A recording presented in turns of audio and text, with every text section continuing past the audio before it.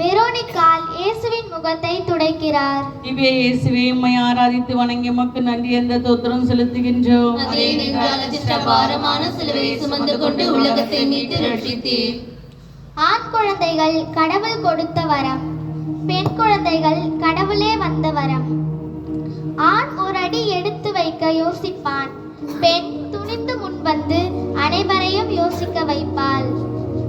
உடன்கட்டை ஏறுதலுக்கு உத்தரவிட்ட சனாதனத்தை உடைத்தெறிந்து உன்னோடும் என்னோடும் இன்று உத்தியோகம் பார்க்க புறப்பட்டால் நம் வீரப்பெண்.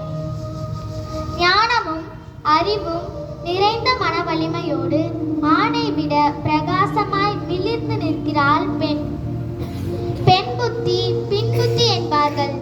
ஆம், மனைவி முன்கூட்டியே சொல்றத கேட்காத கணவனுக்கு பின்னாடிதான் எல்லாம் புரியுது. என்ன செய்யறது?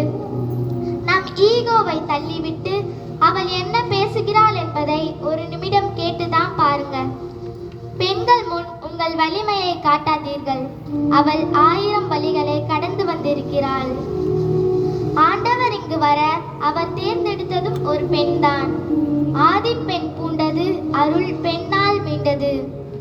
ஜெபம். தந்தையே, என் குடும்பத்தில் உள்ள பெண்களை ஊக்கப்படுத்தவும் அவர்கள் உரிமையை நிலைநாட்டவும் அவர்களுடன் உறுதுணையாக நிற்கவும் வரம் தர வேண்டுகிறோம். எங்கள்